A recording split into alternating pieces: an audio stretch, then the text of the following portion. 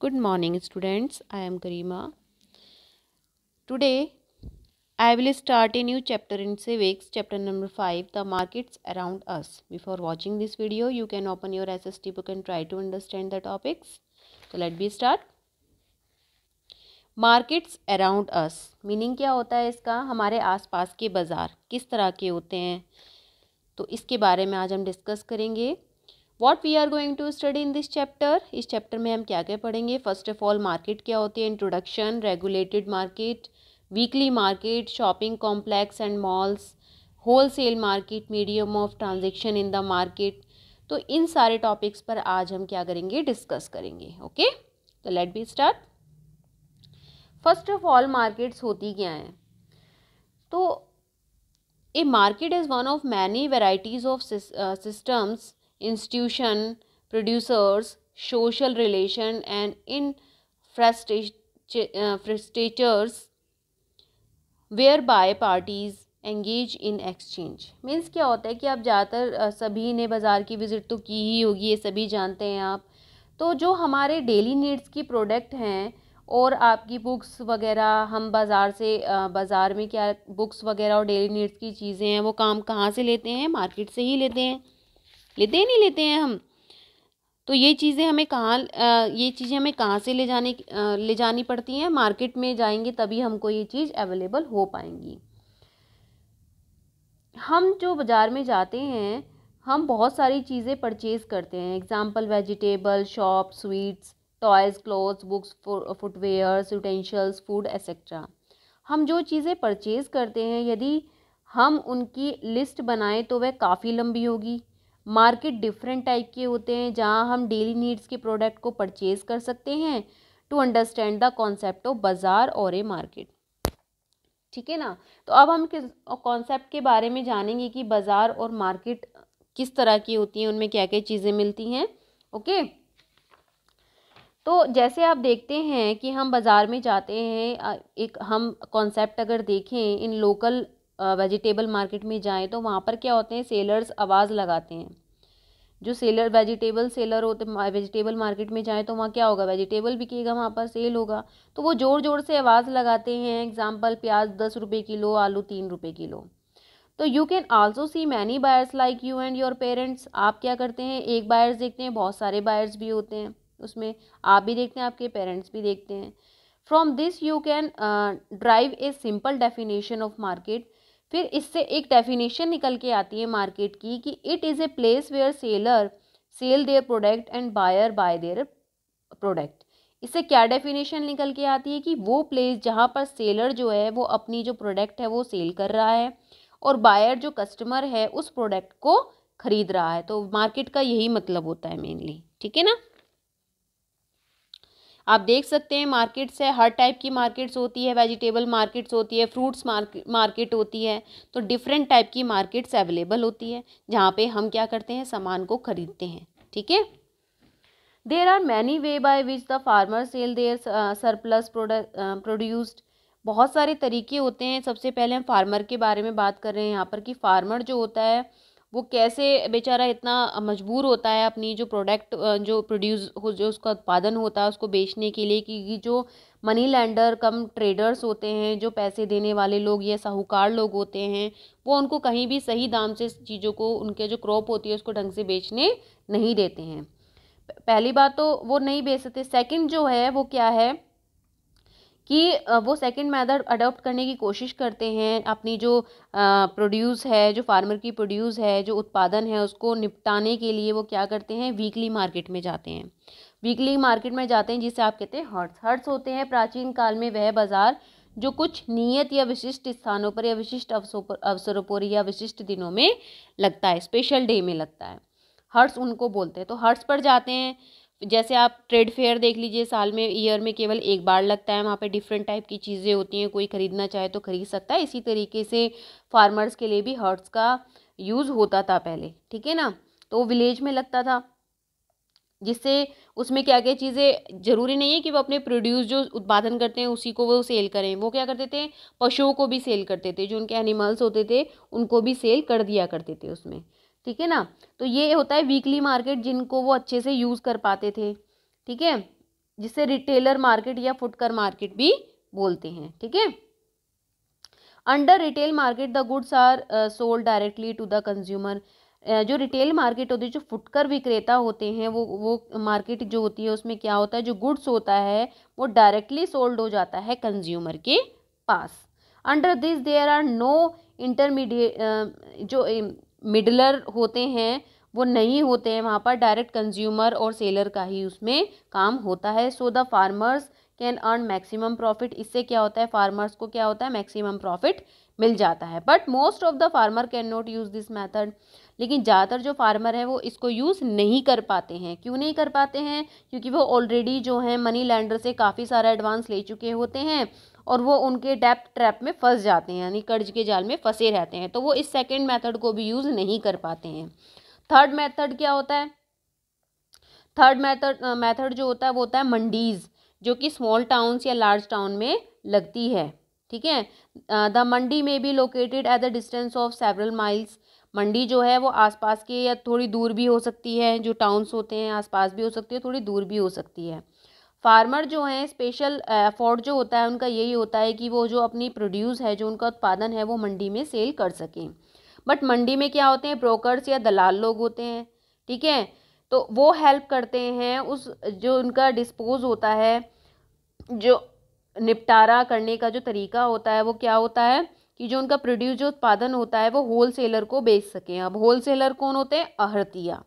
आहर्तिया दुकानदार वहाँ के मंडी के, तो वो वहाँ तक बेच सकें। लेकिन दलाल के थ्रू ही वो वहाँ पर जाते हैं, क्योंकि उनको रेट वगैरह तो पता नहीं रहता है। जो फार्मर्स होते हैं तो क्या हो जाता है, वहाँ भी वो मार खाते हैं, उनके पास सही से जो प्राइस है वो नहीं मिल पाते हैं। ठीक है। तो इस तरीके से काम होता है। All of these are example of unregulated market. ये जो एग्जाम्पल्स दिए हैं आपको वो किसके हैं? फार्मर जो देता है इस तरीके से अनियमित बाजार, यानी अनरेगुलेटेड मार्केट के। जो अनरेगुलेटेड मार्केट है इसमें बहुत सारे डिफेक्ट हैं। तो पहला डिफेक्ट क्या है कि यहाँ पर जो मंडी है, मंडी की जो कंडीशन है, मार्केट की जो कंडीशन है वो बहुत ही पुअर है, और ट्रांजैक्शन जो है फार्मर्स जो करते हैं उसमें भी ज़्यादा इंटरेस्ट उन लोगों को नहीं मिल पाता है। जो मीडिएटर हैं, जो मिडल मैन हैं, वो फार्मर्स और कंज्यूमर को आपस में नहीं मिलने देते हैं, जिससे कि जो बेनिफिट है वो मीडिएटर को ही मिल जाता है, फार्मर को नहीं मिल पाता है। थर्ड जो है वो फार्मर के पास में जो सही इन्फॉर्मेशन नहीं होती है, उनको रूलिंग प्राइस नहीं पता होते हैं, इसलिए औने पौने दामों में वो अपनी जो प्रोड्यूस होती है, जो उत्पादन होता है वो बेच देते हैं, और उनको वही एक्सेप्ट करना ही पड़ता है। सॉल्यूशन क्या है इसका? सॉल्यूशन यही है कि इस प्रॉब्लम को सोल्यूट करने के लिए रेगुलेट मार्केट बनानी चाहिए, जिससे जो गवर्नमेंट बनाएगी, जिससे कि उन लोगों को, फार्मर्स को बेनिफिट हो सके। तो स्टार्ट की उन्होंने मार्केट्स, वस्तुओं को जो कमोडिटी होती है उसको बेचने के लिए बहुत सारी गवर्नमेंट ने बहुत सारी चीज़ों को बनाया। इस तरह के बाज़ार को एक बाज़ार समिति द्वारा प्रशासित किया जाता है, जिसमें राज्य सरकार के प्रतिनिधि होते हैं और जो व्यापारियों को कानूनी सलाहें देते रहते हैं, बनाए जाते हैं और कानूनी सलाहें देते रहते हैं, जिससे कि वो अपनी जो पढ़े लिखे किसान हो जाते हैं, फिर एजुकेटेड हो जाते हैं किसान, उनको जब सही इन्फॉर्मेशन मिलती है। और ये कमेटी जो है अपॉइंट करती है गवर्नमेंट के थ्रू, स्पेशल पीरियड अपॉइंट करती है, जिसमें कि वहाँ पर प्राइस, क्रॉप का प्राइस बताया जाता है, सब कुछ बताया जाता है, जिससे कि वो जो है बाजार के जो प्रबंधक हैं, मैनेजमेंट ऑफ द मार्केट हैं, उनको ये सौंपा जाता है ब्यौरा कि ये जो प्राइजेज़ हैं या फार्मर तक पहुँचाए, तब वो सेल करेगा अपनी जो क्रॉप है। ठीक है। तो ये कुछ हैं जिनसे कि बताया जा सकता है कि फार्मर्स को बेनिफिट हो सकता है। वीकली मार्केट के बारे में मैंने आपको बताया है। A weekly market is also called because it is held on the specific day of the week. Weekly market की मैंने आप साप्ताहिक जिसे कहते हैं कि ये सप्ताह में केवल एक बार लगती है market. Weekly market do not have permanent shop. जो वीकली मार्केट होती हैं वो परमानेंट शॉप पर नहीं लगती हैं, फुटकर जिसे बोलते हैं हम। Trader setup shop for the day. Trader जो होते हैं, व्यापारी जो होते हैं, वो एक दिन के लिए अपनी शॉप को लगाते हैं, सेट करते हैं, देन क्लोज दैम, और इवनिंग में इसको क्लोज कर देते हैं। Then they might set up a different place. फिर वो कहीं और प्लेस पर जाकर अपनी दुकान को सेट करते हैं ए वन डे के लिए। There are thousand of such market in the India. बहुत सारी थाउजेंड ऑफ मार्केट्स हैं इस तरह की इंडिया में। People come here to every day requirement. उनकी जो एवरीडे की रिक्वायरमेंट होती है पीपल्स की, वो वहाँ फुलफिल हो जाती है। ठीक है। Advantages of weekly market, advantages क्या है बेटा, वहाँ पे अवेलेबिलिटी होती है, काफ़ी सारी चीज़ों की मिल जाती हैं आसानी से चीज़ें। शॉप पर क्या होता है कि शॉप पर केवल जैसे क्लॉथ की शॉप है तो वहाँ पे क्लॉथ ही मिलेगा, ग्लोसरी की शॉप है तो वहाँ पे ग्लोसरी ही मिलेगी, वेजिटेबल की शॉप है तो वेजिटेबल ही मिलेंगे, यूटेंशियल की शॉप है तो यूटेंशिल्स ही मिलेंगे। बट वीकली मार्केट में ये पूरी मार्केट में जो वन डे के लिए लगती है और शॉपकीपर जो है वन डे के लिए लगाते हैं, उसमें सारी ही चीज़ें अवेलेबल होती हैं इस मार्केट में, ठीक है ना। और पीपल जो है अपनी चॉइस से वैरायटी को देख भाल के, वैरायटी कैसी है गुड की वो देख भाल के उन चीज़ों को ले सकते हैं। चीपर रेट पर मिल जाती हैं, सस्ते दामों में मिल जाती हैं, क्योंकि शॉपकीपर जो है वो परमानेंट, उनकी कोई बिल्डिंग नहीं होती है, ठीक है ना। एक्सपेंडिचर कम होते हैं उनके, तो इस तरीके से क्योंकि उन्हें पे नहीं करना पड़ता है, रेंट, इलेक्ट्रिसिटी का कोई रेंट नहीं आता है, फी टैक्सेस से सबसे मुक्त रहते हैं, तो वो चीपर रेट पे सामान को और आसानी से बेच देते हैं। ओके, देख सकते हैं आप, ये मंडी लगी हुई है, इस पे सभी तरह की वेजिटेबल्स हैं। ओके, शॉप इन नेबरहुड, हमारे आसपास किस तरह की शॉप्स होती हैं, हमारे आसपास कैसी होती है, परमानेंट शॉप अगर आप कहें तो कौन सी होती हैं, मिल्क फॉर डेयरी, ठीक है, grocery from the departmental store, stationery और a table for medicines for other shops, ये शॉप्स परमानेंट होती हैं, कहीं नहीं जाती हैं ये। टेम्परेरी रोड साइड स्टॉल कौन से होते हैं, वेजिटेबल हकर्स होते हैं, फ्रूट वेंडर होते हैं, द मैकेनिक, ये सब होते हैं जो रोड साइड स्टॉल होते हैं, जो टेम्परेरी होते हैं, वन डे के लिए, 2 डे के लिए लगते हैं। ओके, देख सकते हैं आप, ये परमानेंट शॉप्स हैं सारी। Shops in neighbourhood are useful in many ways, जो शॉप्स होती हैं नेबरहुड में आसपास जो होती हैं वो बहुत अच्छी होती हैं, यूज़फुल होती हैं, क्योंकि वो हमारे घर के पास होती हैं और हम कभी भी पूरे दिन में कहीं भी वीक में जाकर के वहाँ से सामान ले सकते हैं। एडवांटेजेस भी हैं और डिसएडवांटेजेस भी हैं। Usually the buyer and seller known each other and the shop also provide good for credit, जो बायर्स होते हैं, जो ख़रीदार होते हैं, जो सेलर होते हैं, वो ज़्यादातर एक दूसरे को जानते हैं। शॉप्स जो है अच्छा गुड प्रोवाइड करती है जो ख़रीदार होता है उसको। This means that you can pay for the purchase later, मतलब कि जो ये मीन हुआ कि जो उसने पे किया है, परचेज़ किया है सामान, उसके लिए पे किया है, वो सेटिस्फाइड रहेगा कि इससे कि हाँ चलो ये माध्यम ठीक है, ठीक है ना। Shopping complex and malls, shopping complex and mall एक सेंटर होता है, एक पहले दुकानें होती थी, फिर वो बड़े बड़े मॉल्स में, बिल्डिंग्स में जाने लगी, जहाँ पर ब्रांडेड सामान मिलता था। ब्रांडेड सामान मिलता है जो कि आम लोगों के बस की ख़रीदना नहीं होता है, परचेज़ करना नहीं होता है, तो ब्रांड वाली शॉप्स जो होती हैं वो मॉल्स वगैरह में ही होती हैं, ठीक है ना, कॉम्प्लेक्सेस में होती हैं, बिल्डिंग्स में होती हैं। तो यहाँ पर क्या है कि ऊँचे थोड़ा हाई रेट होता है चीज़ों का, लोग यहाँ पर विज़िट करने के लिए जाते हैं, घूमने के लिए जाते हैं। ओके, चैन ऑफ मार्केट किस तरीके से होती है, कैसे आती है, कंज्यूमर तक कैसे पहुँचती है, कैसे पहुँचती है कंज्यूमर तक, पहले होलसेलर के पास जाएगा, फिर बिग ट्रेडर के पास जाएगा, फिर स्मॉल ट्रेडर के पास जाएगा, फिर रिटेलर के पास जाएगा। रिटेलर कौन कौन होते हैं, शॉपकीपर या हॉकर्स जो होते हैं। फिर एंड में हमारे पास आएगा कंज्यूमर के पास में, ठीक है। तो कितने स्टेप वो कवर करके आता है हम लोगों के पास। ये हमारे पास में डिजिटल जो चल रहा है आजकल उस तरीके का है। अब आते हैं हम होलसेल पर। तो होलसेल क्या है, every city has area for wholesale market, this is where good first reach and are then supply to other traders. Means क्या है, प्रत्येक सिटी में, जो हर सिटी में एक होलसेल मार्केट होती है, थोक मार्केट जिसे आप बोलते हैं।